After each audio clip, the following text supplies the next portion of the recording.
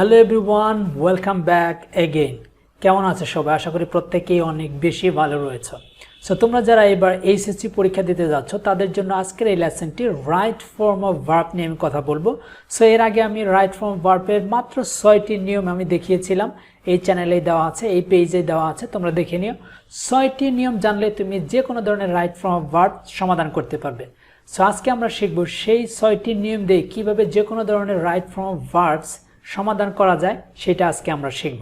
So তোমরা লেখা দেখে বুঝতে পারছো যে right form of verbs question solve and analysis. আজকে যে কোনো একটা কোয়েশ্চেন্সকে আমরা নিব এবং সেটার সমাধান করব, সাথে অ্যানালাইসিসও করব যে কেন এই উত্তরটা হলো, কিভাবে হলো। সো এভাবে যদি তোমরা আয়ত্ত করতে পারো, ডেইলি প্র্যাকটিস করতে পারো, আই হোপ তোমার রাইট ফর্ম অফ ভার্বসে তোমার কোনো নাম্বার কেউ আটকাতে পারবে না। So without further edu let's get started our today's lesson. Yes, তোমরা ইতিমধ্যে দেখতে পাচ্ছ যে একটি প্যাসেজকে আমরা নিয়েছি। সো এটাকে আমরা অ্যানালাইসিস করব, উইথ আনসার দিব। ঠিক আছে, আনসার দিব এবং অ্যানালাইসিস করব। ঠিক আছে, একই কথা। সো ধরা যাক এই প্যাসেজটি পরীক্ষায় আসছে তোমাদের, এটার উত্তর আমরা কিভাবে দিব সেটাই দেখা যাক। সো এখানে লেখা আছে, সো মিস্টার মজুমদার। সো এখানে আমি আন্ডারলাইন করেছি, এর পিছনে অনেক কারণ রয়েছে, কারণ আমি অ্যানালাইসিস করে দেখিয়ে দিব যে কোনটাকে বেস ধরে তুমি আনসারটা লিখবে। ঠিক আছে, সো মিস্টার মজুমদার এটা একটি নাম, রাইট? মিস্টার মজুমদার ড্যাশ, অর্থাৎ ব্র্যাকেটে দেওয়া আছে B, an English teacher for last 15 years. So এখানে বলছে যে মজুমদার দীর্ঘ 15 বছর যাবৎ আমাদের ইংরেজি শিক্ষক, তাই না? এখন কথা হচ্ছে যে বি এখানে আমরা কি দিব? বি মানে তো আমরা বুঝি am, is, are, was, were, এই 5টা ফর্মকে সংক্ষেপে বি বলা হয়, তাই তো? কিন্তু এখানে আমরা কি দিব? সো মিস্টার মজুমদারকে বেস ধরে আমরা এখানে আনসারটা দিব। অনেকেই তোমরা ভাবছো হয়তো যে এখানে ইজ হবে, কারণ মজুমদার একজন। So mister Majumdar is an English teacher, এটা ভাবছো অনেকেই।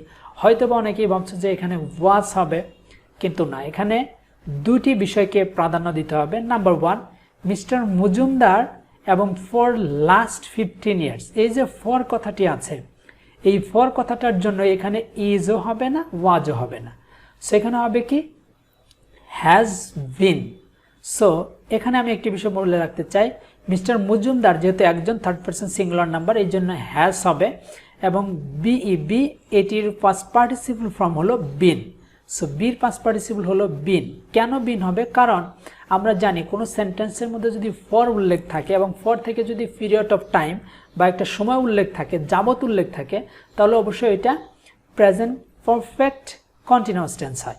এখন এখানে তো মেইন ভার্ব আমাদের নেই, তাহলে আমরা প্রেজেন্ট পারফেক্ট কন্টিনিউয়াস টেন্স করতে পারবো না, সেই জন্য আমরা এটাকে করে দিব কি? Present perfect tense. সো আনসারটি হবে, তোমরা নিচে দেখে নাও, হ্যাজ বিন। তার মানে mister Majumdar has been an English teacher for last 15 years.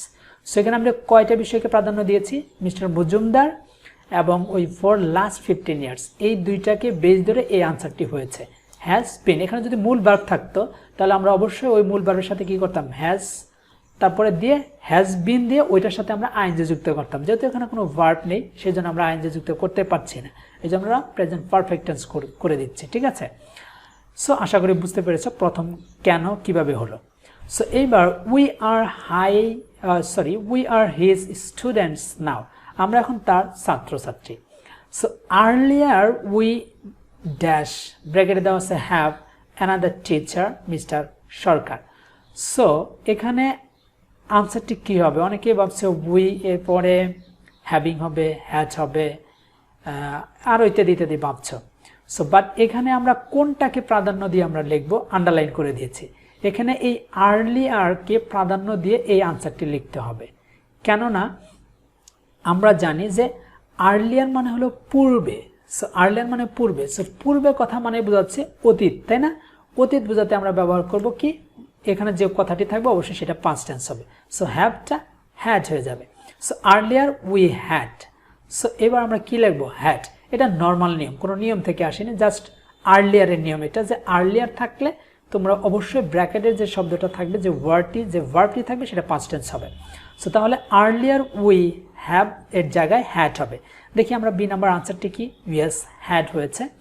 So তার মানে earlier we had another teacher, Mr. Sarkar. So পূর্বে আমাদের আরও অন্য একজন ইংরেজি শিক্ষক ছিল যার নাম হলো মিস্টার সরকার। সো এবার তারপরে কথা আছে উই নেভার সি, ব্র্যাকেটে দেওয়া আছে সি হিম স্মাইলিং, মানে আমরা কখনো তাকে হাসতে দেখিনি। এই যে হাসতে দেখিনি মানে এটা বোঝাই যাচ্ছে অতীতের কথা। সো সিটা স হয়ে যাবে, এটা নর্মাল, তোমাকে একটু টেকনিক্যালি বুঝতে হবে যে এখানে যেহেতু অতীতের কথা চলছে তার মানে এটা অতীতেরই কথা হবে। সো তার মানে এখানে হবে স, রাইট, এখানে স হয়েছে। এইবার হি এর পরে ডি নাম্বার কি দেওয়া আছে, ব্র্যাকেটে দেওয়া আছে নট, পরে এক্সপ্লেইন দেওয়া আছে এনিথিং টু আস।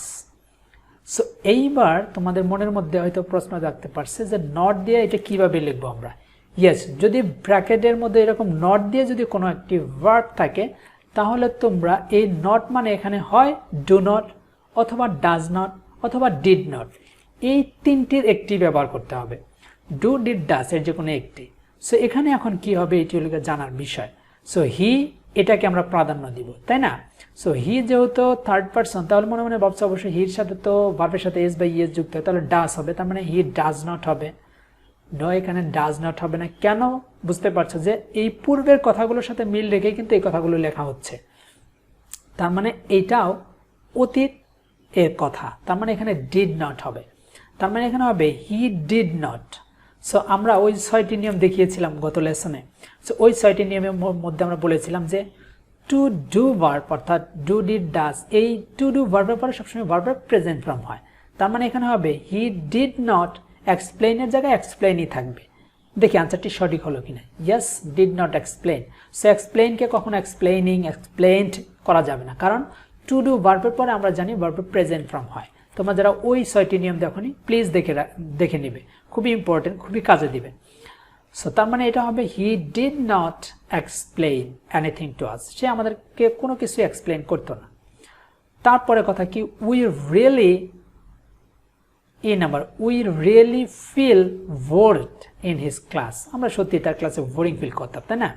সো এখানেও বোঝা যাচ্ছে এটা অতীতের কথা, নর্মালি তোমাকে বুঝতে হবে কারণ তার ধারাবাহিকতা বজায়, মানে তার ধারাবাহিকতা চলে আসতেছে, পূর্বের কথার সাথে মিল রেখে কথাগুলো বলা হচ্ছে। সো উই রিয়েলি ফিল এর পাস্ট টেন্স হলো ফেল্ট, রাইট? দেখি ফেল্ট হয় কিনা। ইয়েস, এই নম্বর ফেল্ট আনসার হবে, তার মানে ফিল এর পাস্ট টেন্স ফেল্ট হবে। কেন আমি বুঝতে পারছি, কারণ এই পূর্বের যে সেন্টেন্সগুলো বাক্যগুলোর সাথে মিল রেখেই কিন্তু এটা লেখা হচ্ছে, এই জন্য এটা হবে felt past tense, board in his class. এইবার দেখো কি করেছে, হাউএভার, যাই হোক। এবার এই যে ক্লাস পর্যন্ত, এই কথা পর্যন্ত বাদ দিয়ে তিনি বলেছে, চলে আসছে যে হাউএভার, যাই হোক।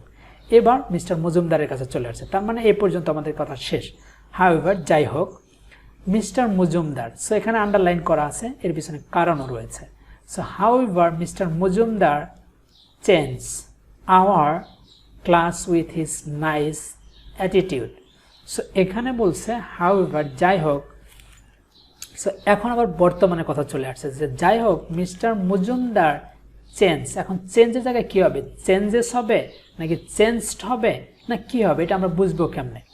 সো এখন এখানে একটি বিষয় মনে রাখতে হবে, যেহেতু এটা বর্তমানের কথা, আরেকটি বিষয়, mister Majumdar third person singular number, তাহলে অবশ্যই এই ভার্বের সাথে এস অথবা ইএস হবে, একটা সূত্রে কয়, তাহলে এটা চেঞ্জেস হওয়ার কথা।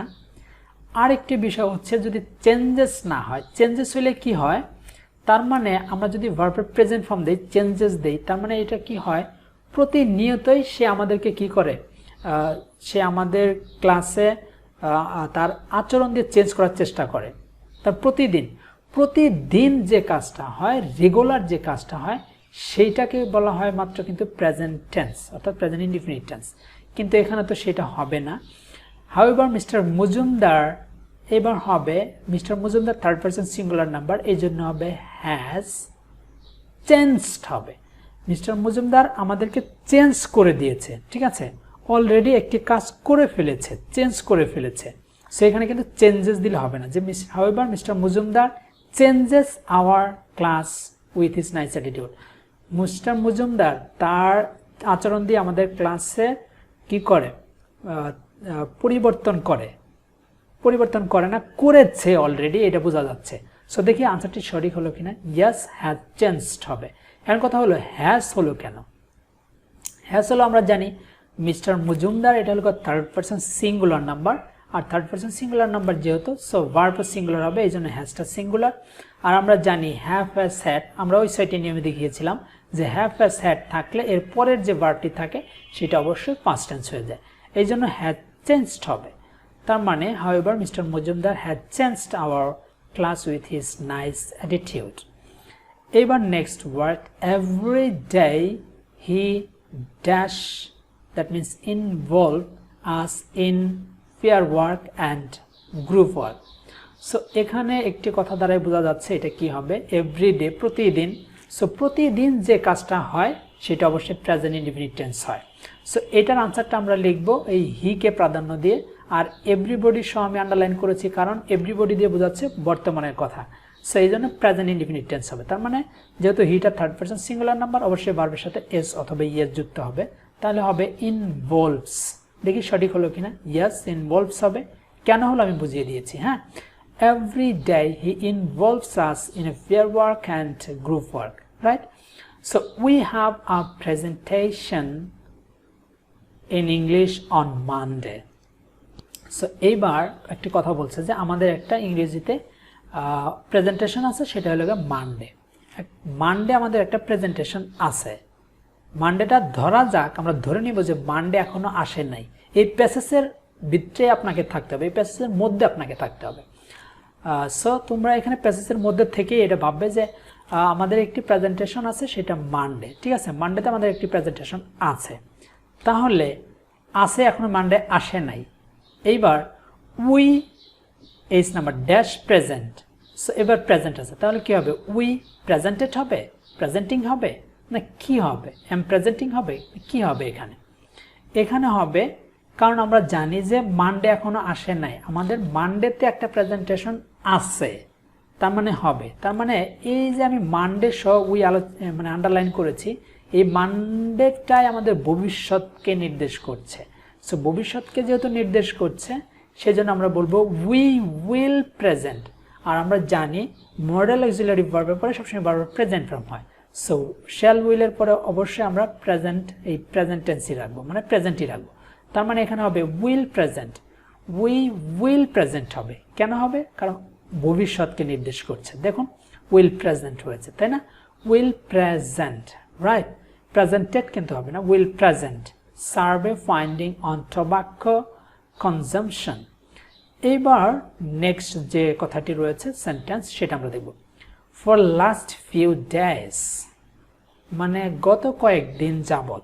এই যে যাবত কথাটি উল্লেখ আছে, ফর লাস্ট ফিউ ডেজ, গত কয়েকদিন যাবত। We dash work hard for a smart presentation. So এই ব্র্যাকেটের ওয়ার্ডটি কী হবে, এই ভার্বটি কী হবে? উই ওয়ার্কিং হবে না উই ওয়ার্ক হবে নাকি উই ওয়ার্কড হবে, কোনটা হবে?